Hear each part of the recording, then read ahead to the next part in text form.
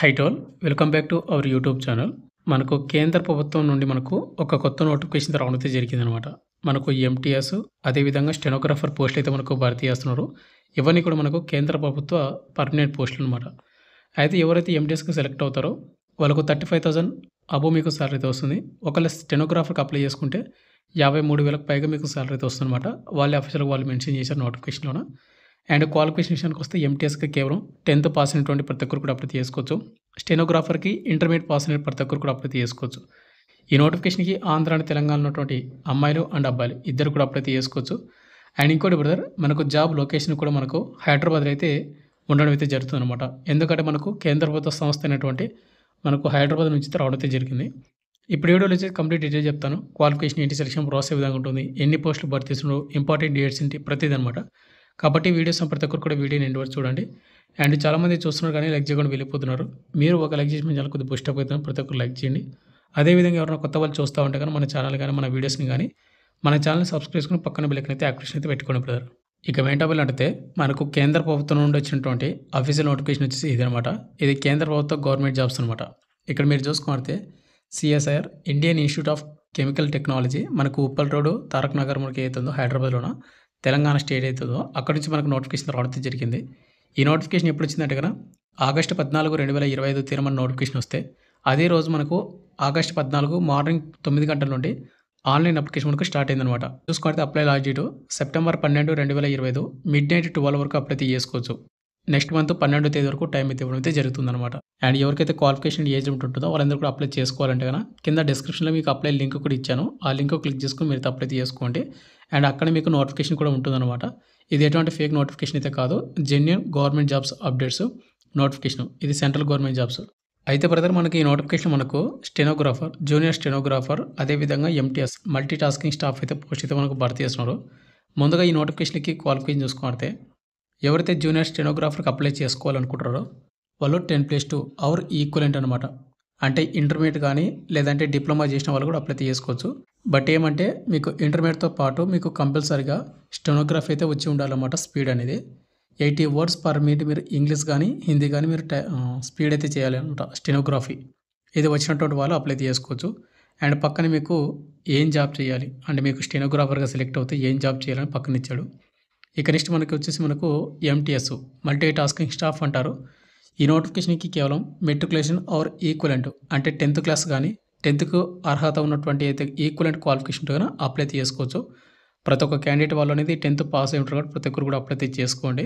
ఇక నెక్స్ట్ ఎవరైతే ఎంటీఎస్కి సెలెక్ట్ అయ్యి మీకు జాబ్ వస్తుందో ఎంటీఎస్ అనేది ఏం చేయాలనేది ఇక్కడ మనకు పక్కనే మనకు జాబ్ రిక్రూట్మెంట్ ఇవ్వడం అయితే జరిగిందనమాట.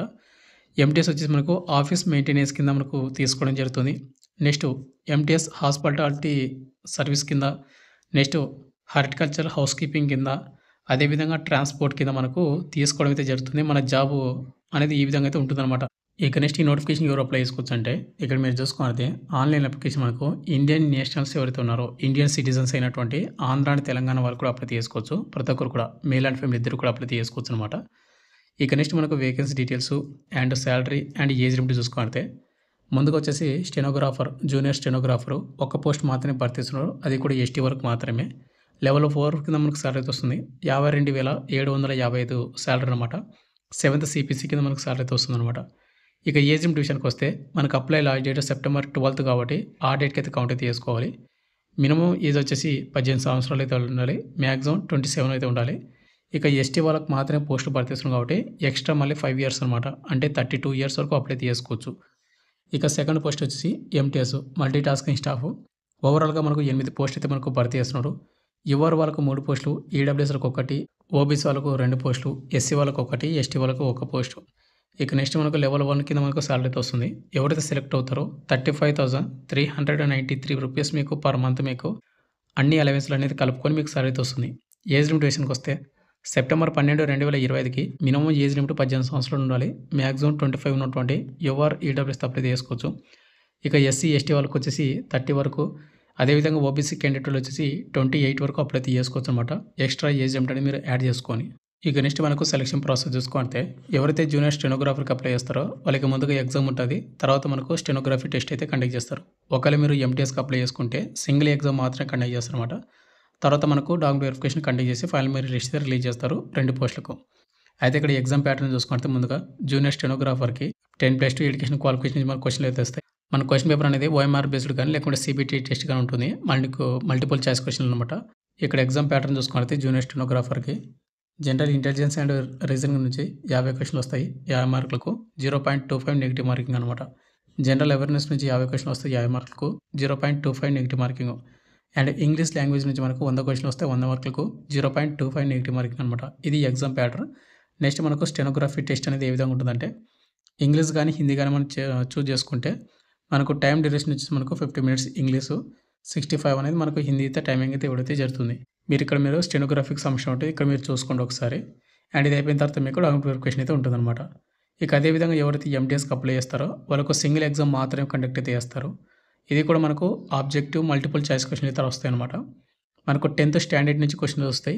150 క్వెషన్‌లు వస్తే 2 గంటలు మనకు ఎగ్జామ్ ప్యాటర్న్ అయితే టైమింగ్ అయితే ఉంటుంది. ఇక్కడ మీరు సిలబస్ చూసుకుంటే జనరల్ ఇంటెలిజెన్స్ నుంచి 25 క్వెషన్‌లు వస్తాయి 75 మార్కులకు. ప్రతి కరెక్ట్ ఆన్సర్‌కి మనకు 3 మార్కులు అయితే ఇవ్వడం అయితే జరుగుతుంది. అండ్ నెగెటివ్ మార్కింగ్ ఉంది బ్రదర్. 1 నెగెటివ్ మార్కింగ్ అనమాట. అంటే ప్రతి రాంగ్ ఆన్సర్‌కి 1 మార్క్ అయితే కట్ అవుతుంది. ఇక జనరల్ యాప్టిట్యూడ్ నుంచి 25 క్వెషన్‌లు వస్తాయి 75 మార్కులకు 1 నెగెటివ్ మార్కింగ్.